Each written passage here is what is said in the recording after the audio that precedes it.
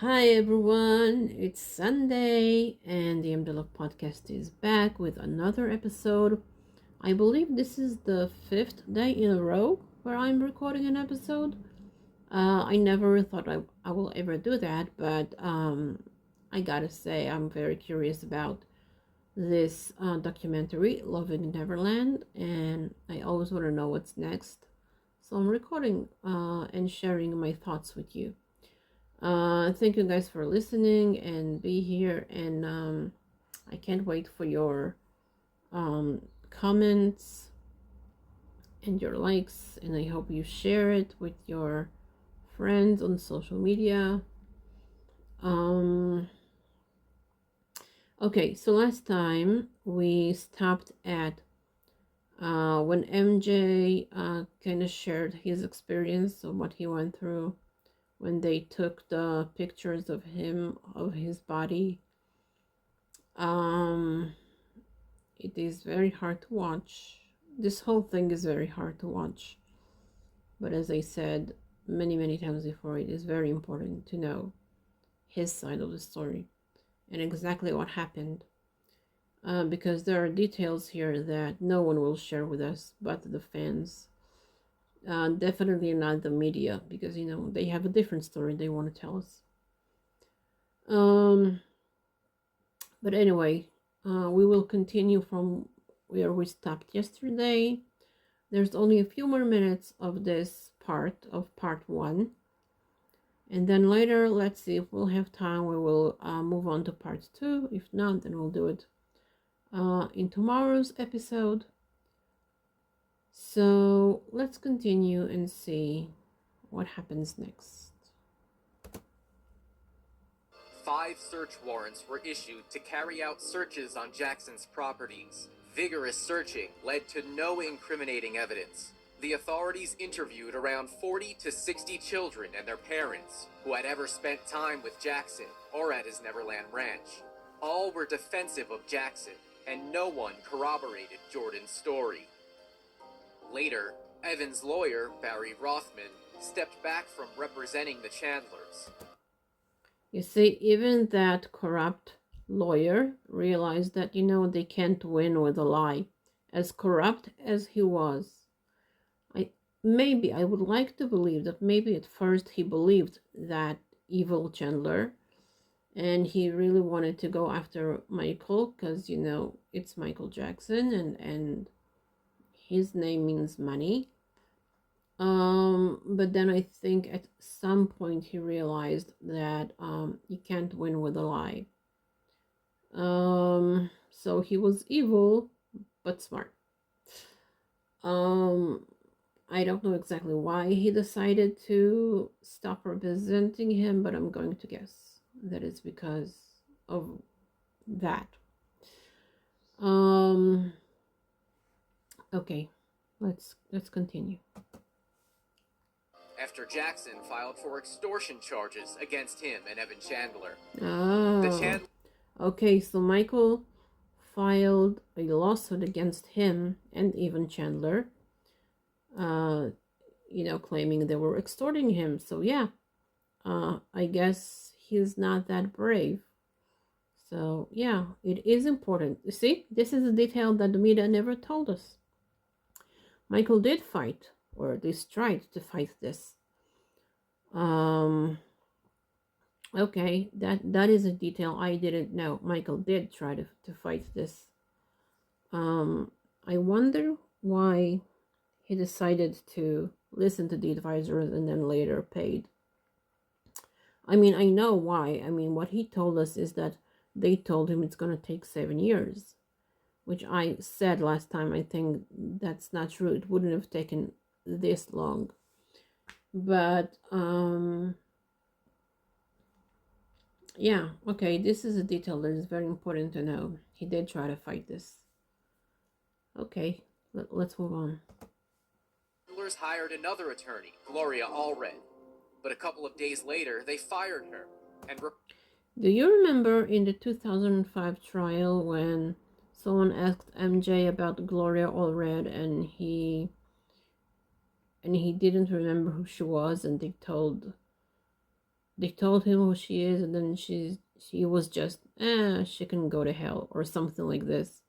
And he never said anything like this in public, but I guess he just didn't care anymore. He was fighting for his life, for his freedom. So, he just allowed himself to be himself and to just to tell the public exactly what he thinks and feels.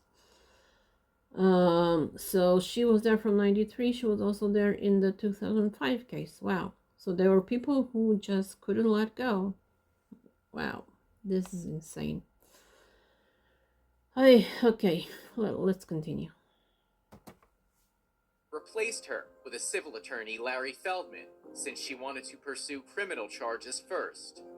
According to Ray Chandler, Evan Chandler's brother, this was because the Chandlers wanted to steer the case toward a highly profitable settlement, rather than a grand jury indictment and a criminal trial.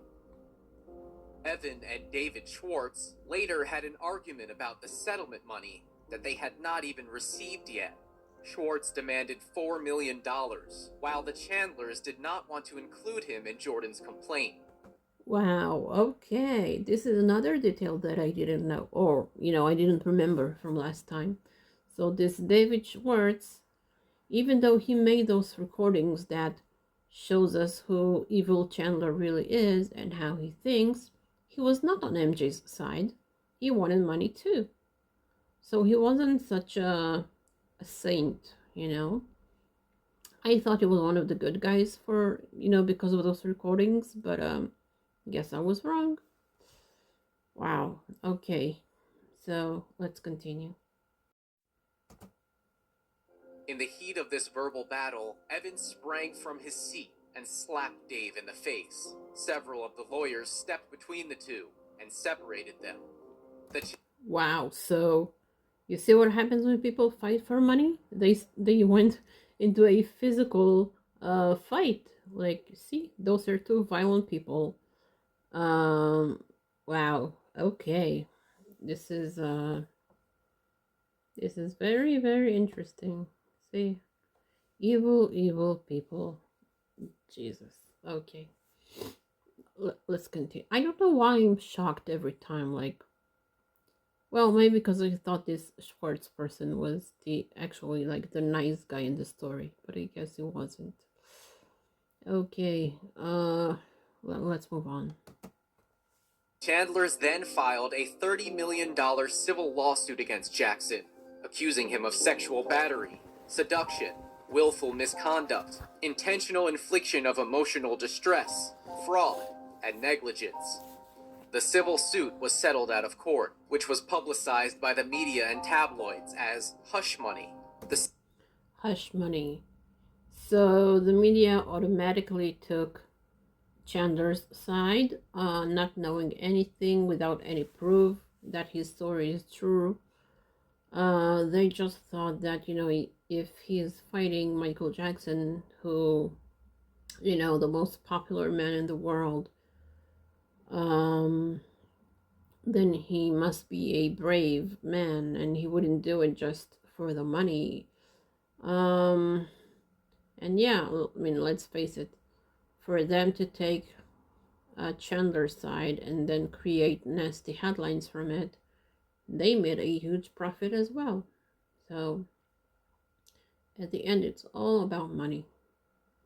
And again, whenever I say money, I just remember MJ's song, Money. You should listen to it. I mean, he tells us everything in his songs. Okay, well, let's move on. Settlement was made months after the allegations had gone public. By no literal sense could it be referred to as hush money. Why would an innocent man settle? The media has certainly taught you all their version of the answer, but not the complicated circumstances that led to the civil settlement. So the media kept asking why Michael paid. No one is asking the most important question. Why did the Chandlers took the money? Why did they ask for money in the first place? If Michael was guilty, he wasn't, but if he was, wouldn't they wanted him to be punished for what he did? Like, why is it okay to just take the money and then just let this go? Like, how is that money supposed to fix anything? You know, people should ask better questions, but you cannot really expect it from the media because let's face it, they're just a bunch of monkeys. They're not smart. So yeah, the public should ask themselves, yeah, Michael gave money, but why did the family took the money, and why were they asking it in the first place? Those are the questions you need to ask. Okay, let's move on. Keep in mind, Evan Chandler filed a civil lawsuit rather than filing a police complaint. Normally, civil complaints are only filed after the criminal proceedings are completed and justice has been served. One would naturally expect the parents of a molested child to pursue justice and not money when they have the chance to do so. However, that was not the case with the Chandlers. To achieve the settlement goal, the Chandlers played the California legal system masterfully. They took full advantage of the California law that allowed a civil case to proceed ahead of a criminal case. You know what? It's one thing that the media didn't ask the right questions. What about the courts? What about, like, the judge? I mean, well, they never actually made it to court. But, like, I mean, other people who understands the law, I mean, people around, I don't know. Like, no one thought that this is suspicious. No one thought that this is weird, that someone will ask for money instead of justice.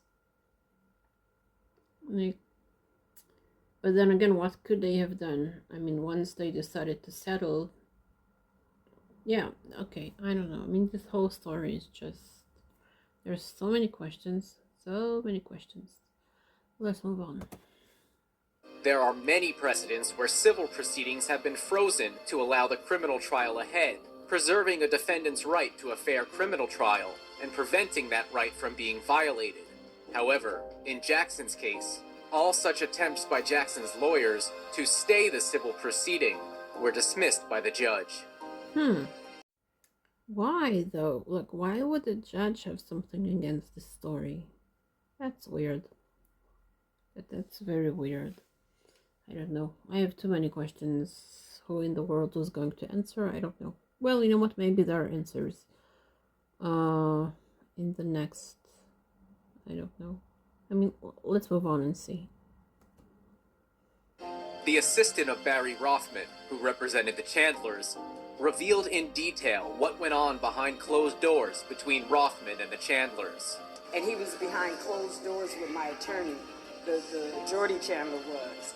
I actually opened up the door one day. I was leaving, and I opened up the door, and Jordy was in the back, and he kind of looked a little startled because I looked and I saw him, and I was like, nobody in the office knew that he was even there. June never did agree with the... See, the Jordy Chandler, the child, was sitting in the corner in the office, and the adults were talking, you know, making plans on how to extort MJ, and no one even paid any attention to him, and he is supposed to be the victim. That just shows you, again, that he was a tool. Like I said before, there were two victims in this story, Michael and Jordy. And that kid, I really, really hope, and I believe I said it last time, I really hope that one day he will have the courage to tell his side of the story. I mean, what does he have to be afraid of? His father isn't here anymore. He's dead. I mean, he's an adult. I don't know how old is he now. Supposed to be in his 30s, right? I mean, how old was he when this story happened? Like 10, 12? It's been 30 years. So yeah, he should be at least 40 or close to 40. So I hope that, you know, one day he will have the guts to come out and tell exactly what happened. And of course, I'm guessing the media will find a way to twist it or to say that, you know, someone paid him to say that. I don't know. I don't know. It is very, very complicated. Okay, let's see what else she has to say. What is her name again? Geraldine something. Let's see. I saw her name before.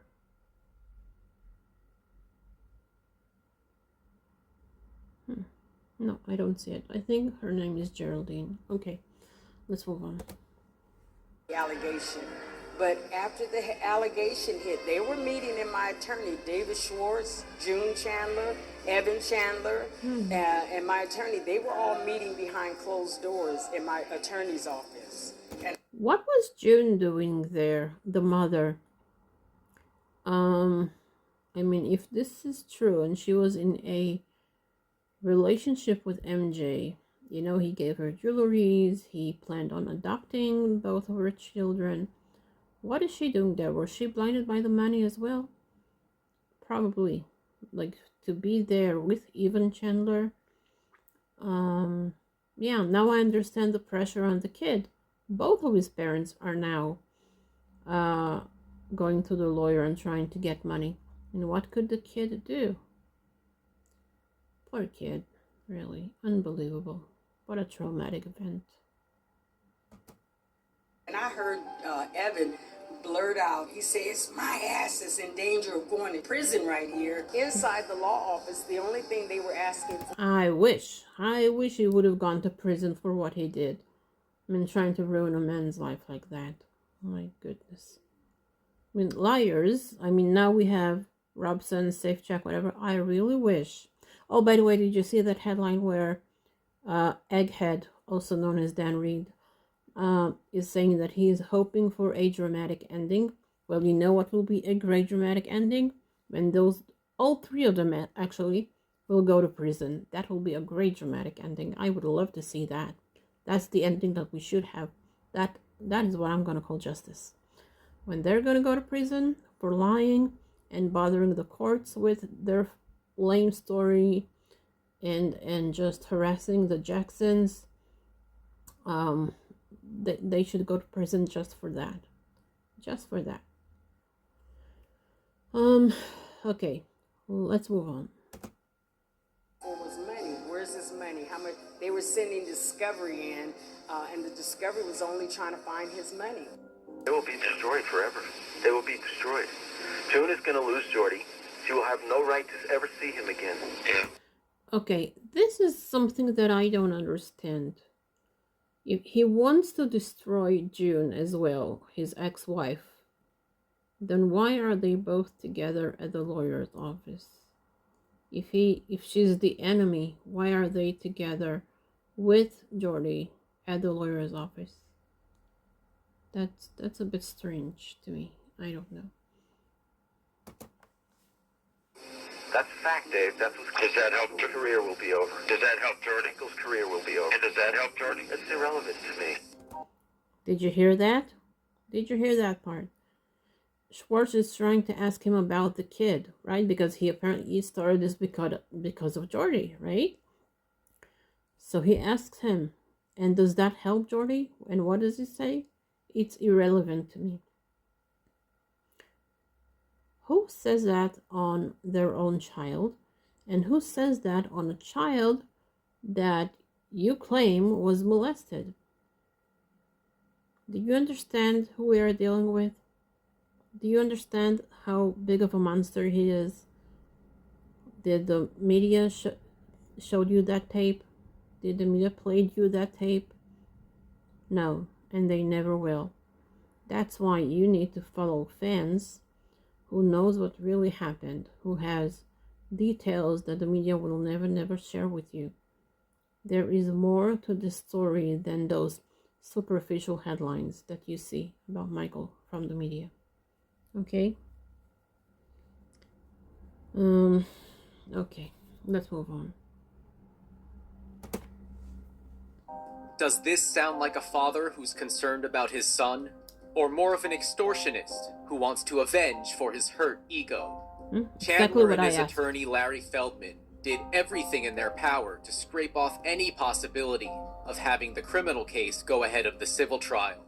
while the Jackson side strived hard to push the criminal proceedings ahead of the civil process, for Jackson to clear his name in a possible criminal trial in order to prove his innocence. However, his repeated pleas and motions to carry on with the criminal proceedings got rejected by the judge 4 times, and eventually the civil trial was allowed to go ahead of the criminal trial. Michael Jackson was then advised to settle the case out of court because of his amendment rights being violated. Ask yourselves, why would a guilty man take up such a dreadful risk that could end him up in jail than to pay off his victims, even though he had an excellent opportunity to do so long ago? And why would a father seek monetary restitution from his son's abuser, instead of making sure that the molester is behind bars? Keep in mind, only the criminal trial can send the alleged perpetrator to jail. A civil trial can only result in monetary award. While the accused, Michael Jackson, did everything he could to pursue a criminal case, the accuser, Evan Chandler, did everything to pursue a civil case. While most media outlets raised the question as to why an innocent man would settle out of court, no one raised a question as to why the parent of a victim would go for a civil approach. See, they're asking the same questions that I'm asking. Why are they asking why Michael paid and not asking why the family wanted to get paid? This is the question you should ask. Why were they after money and not after justice? Okay, well, let's move on. There is only just a few more minutes of this part. So let's just end this part, and tomorrow we will begin again with part 2. And okay, let's end this first.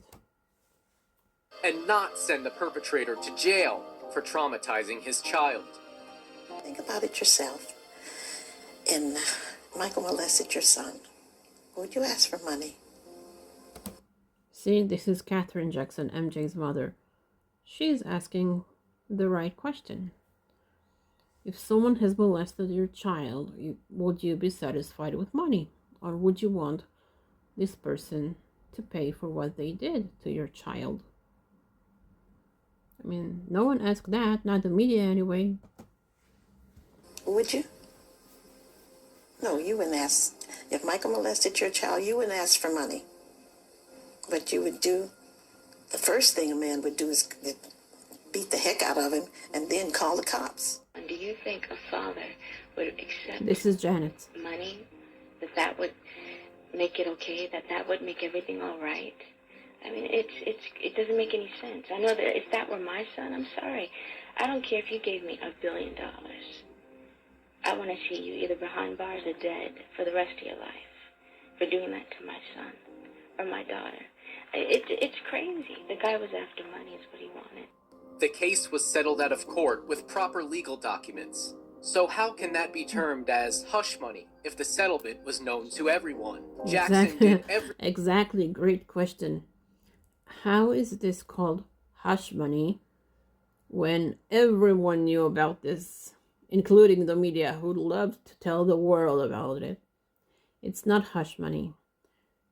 This is, Michael paid them because he knew that that's the only thing that will make his life, well, he wanted to move on with his life. He wanted to work, wanted to,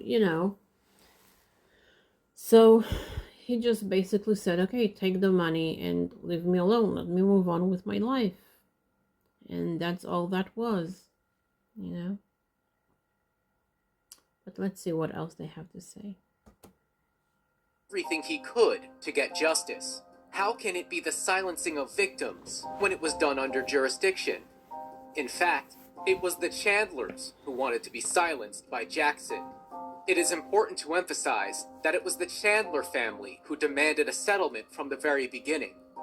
Exactly. They're the ones who wanted to do it behind the scenes. They didn't want anyone to know about this. But Michael is the one who made it public. Did he think that the media will use it against him later and say that actually he paid them shush money? No, I don't think he did. because otherwise he wouldn't have done it like this. I don't think he believed that the media can be this cruel. I think this is probably the first time he learned just how cruel they can get. Okay, let's move on. And it was not Michael Jackson who sought or offered it. Also keep in mind that the civil case was settled for negligence and not for child molestation. The resolution of this case is in no way an admission of guilt by Michael Jackson. The settlement Exactly. didn't prevent the Chandlers from testifying against Jackson in a criminal court. But once they received the settlement, they refused to cooperate with the authorities because they were never interested in the criminal proceedings in the first place. Exactly, because they had no story to tell.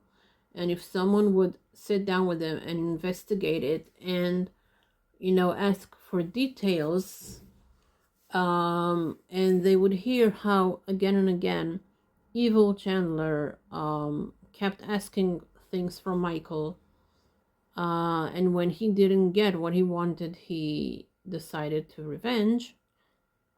Let me remind you people that he asked Michael to invest in a movie he did. I believe it was about Robin Hood.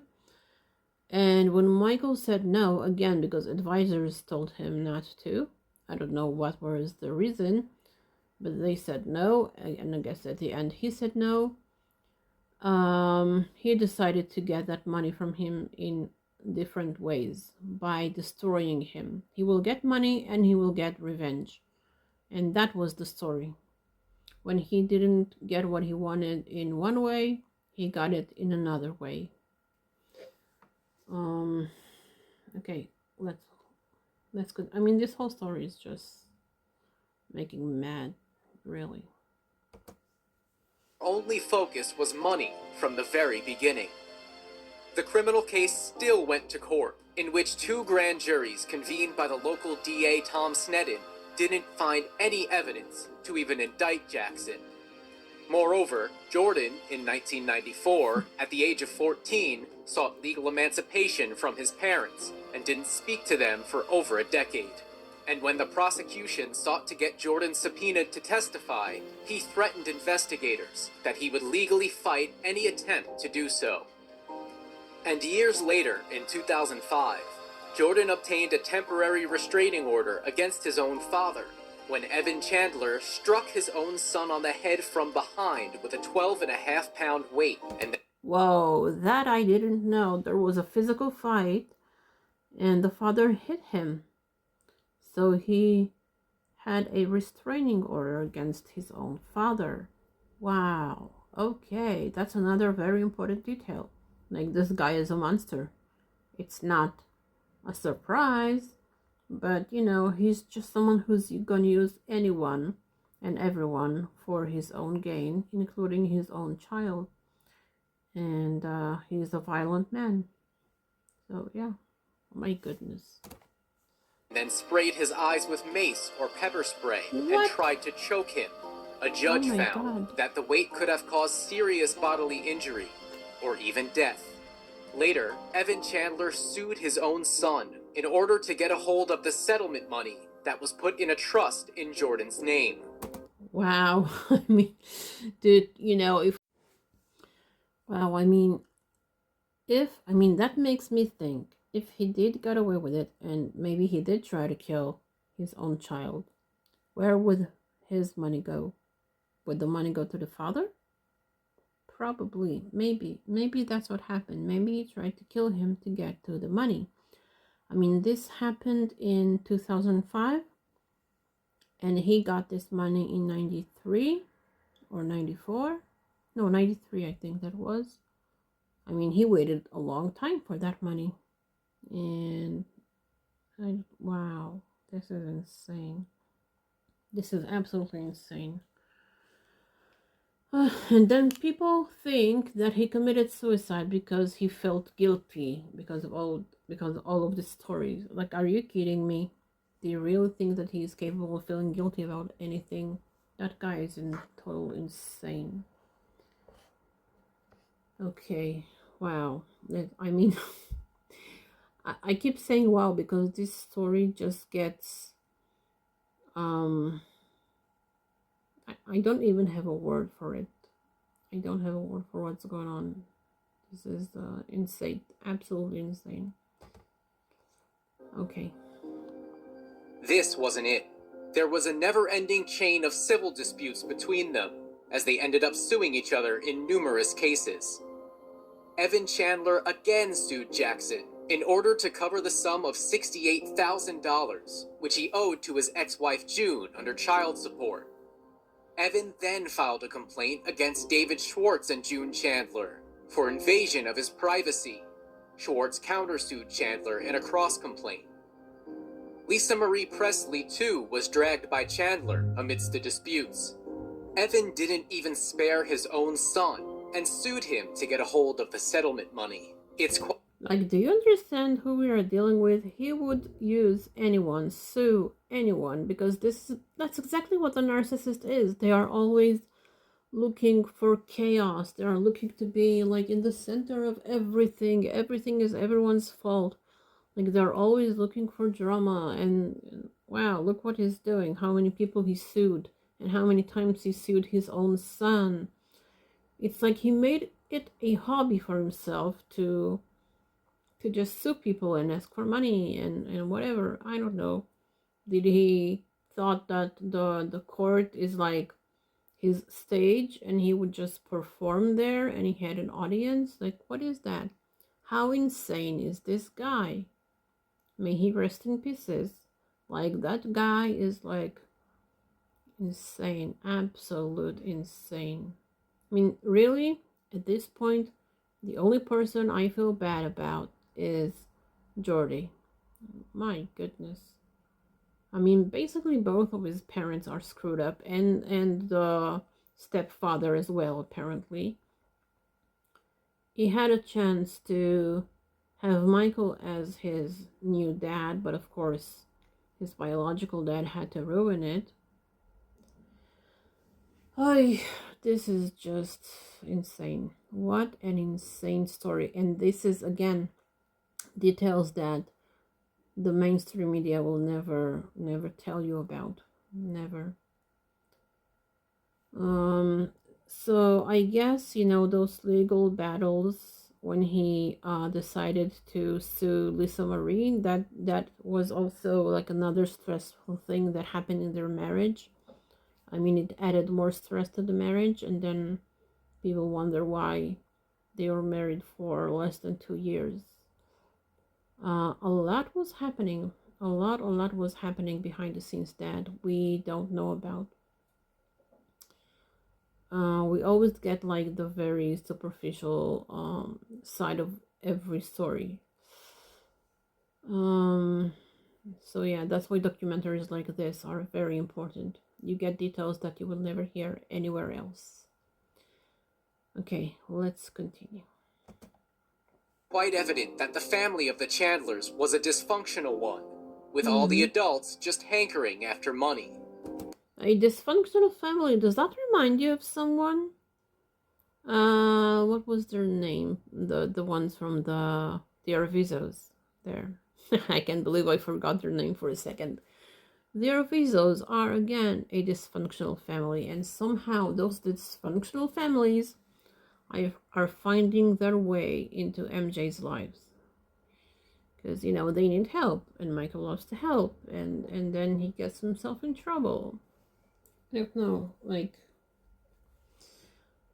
this is crazy. Okay. In 2019, a key witness for the first time appeared in Danny Wu's documentary Square One, revealing her personal experience with Jordan. Also, by the way, if you haven't watched it, it is also another great documentary, Square One, where they are really investigating the story. I mean, it seems like that guy was really objective and just wanted to know what happened, and he found out the truth. He didn't came there with a goal to say Michael was innocent. He didn't came there with a goal to say that Michael was guilty. He just really wanted to investigate, and he found out the truth. So Square One, go watch it if you haven't. And you know what? Even if you did, watch it again, because just like we are learning now, seeing things twice is very important. Because you forget details sometimes, and those are important details. Okay, let's move on. A young man came up to me and told me that he liked my shirt, and that young man turned out to be Jordan Chandler. He made his own music. He would describe it as pop R&B like Michael Jackson. I remember that because he said it many times very clearly. He would wear fedoras. When I think... So he said Michael Jackson many times. I think that maybe he was trying to get people to ask him, like, are you Jordy Chandler? Are you, like, maybe he just wanted to tell what happened to someone, you know? Oh, poor kid. I mean, he's not a kid anymore. He should be at least 40, right? Wait a minute. They said that in 94 he was 14. So yeah, he's at least 45, right? 44, 5? Wow. Okay. About the people in the program that I saw him with, the people that he did surround himself with were people who were Michael Jackson fans. You know, I was told that at a party, Jordan, played all of Michael's music, danced like him, did all of his moves, and that his apartment was almost sort of a shrine to Michael, that there was a lot of different like fan memorabilia. Wow, so yeah, he was a fan of Michael, and I think he also missed him a lot because, he knew him. He was almost a dad to him. They told earlier in this, in part 1, that Michael would come to their house for dinner many times, and he would help Jordy with homework. So they were close. They were very close. And this whole story is just really sad. And by the way, when she said that Jordy would play MJ's music all the time, it reminded me again about the Arvizos, that when that kid, I forgot his name, that, the parents said that Michael molested, in his wedding, he played MJ's music. And I think that's again something that people don't know. Like, why would you play the music of the man who supposedly, molested you? And that also reminds me of Wade Robson, that during the 2005 trial, he asked MJ to get married in Neverland. Why would you want to get married in that place? You had a nightmare and someone molested you there. Why? Like, a lot of things that don't make sense are the things that, the media will never tell you about, and you need to learn it from other sources, okay? The media will never tell you the truth about anything. Okay, so we have a little less than 2 minutes of this part, so let's see what else is there, and then we will continue with part 2, most likely tomorrow, okay? Let's see. Immediately after the Martin Bashir documentary aired, we had a program meeting, and there was a discussion about, whether or not Michael Jackson was a child molester. People were calling him freaks.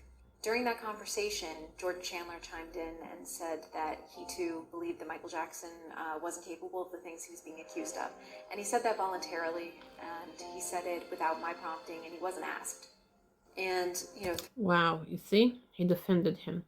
There was a conversation in class about this documentary with Martin Bashir, and he said, because he knows very well, he said that Michael is not capable of doing those kinds of things. He should know. He, of all people, should know. And I wish someone had recorded him at that time. And not that the press would have done anything with it, but, yeah.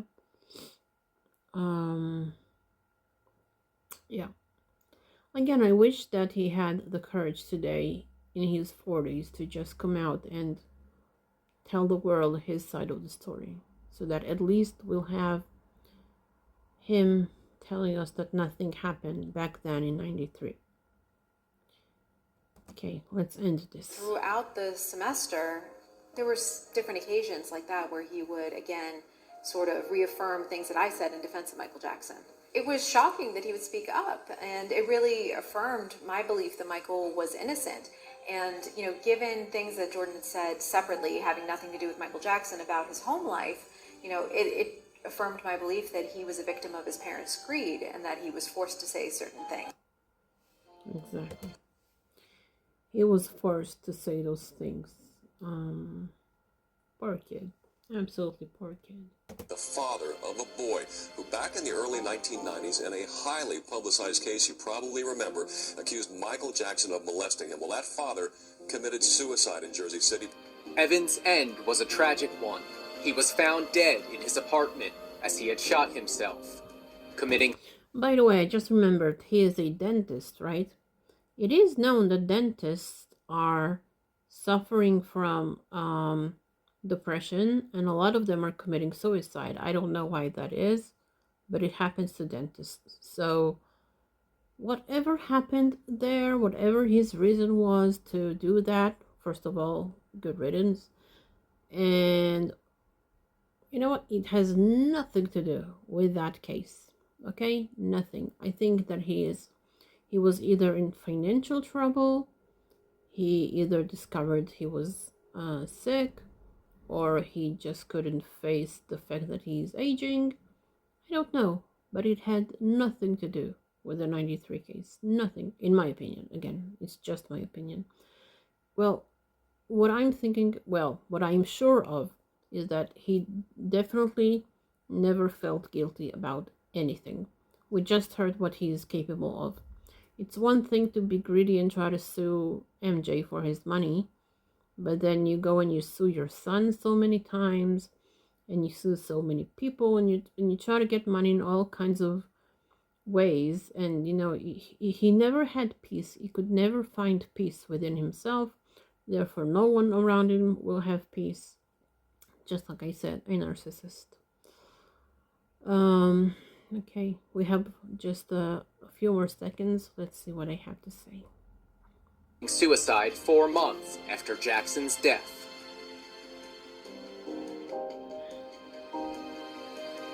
Evan Chandler was known by many in the Beverly Hills area to be an opportunistic and exploitative man.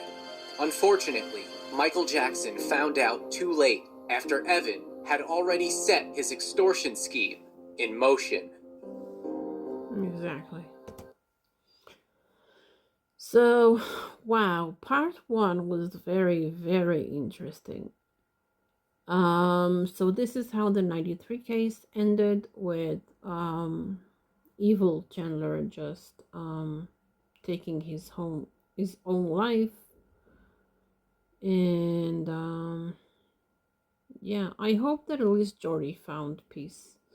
One piece of information that I do know, because I heard Catherine Jackson talks about it, is that Jordy really wanted in 2005 to testify, but he was told that he's gonna have to bring back all the money that he got in 93. And Catherine says that she feels that he shouldn't do it. He shouldn't give the money back. I don't know exactly why not. Maybe probably because he doesn't have it. Maybe he spent it already. I don't know. Anyway, he did say something to the media, and they did published something in the newspaper, but it was like this really small article in the back, whatever, you know, because again, they had a story to tell in those days, and his version just didn't match what they wanted to share with the public. Okay, so this was a very interesting episode, right? So tomorrow we're gonna start part 2, and yeah, this is going to be very, very interesting. Okay guys, so thank you for being with me. I will talk to you tomorrow, and we will continue our series of me reacting to Loving Neverland. Please use the comment section and let me know what did you think.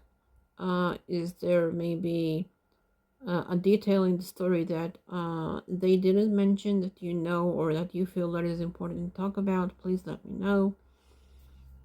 And until next time, let love lead and keep Michaeling.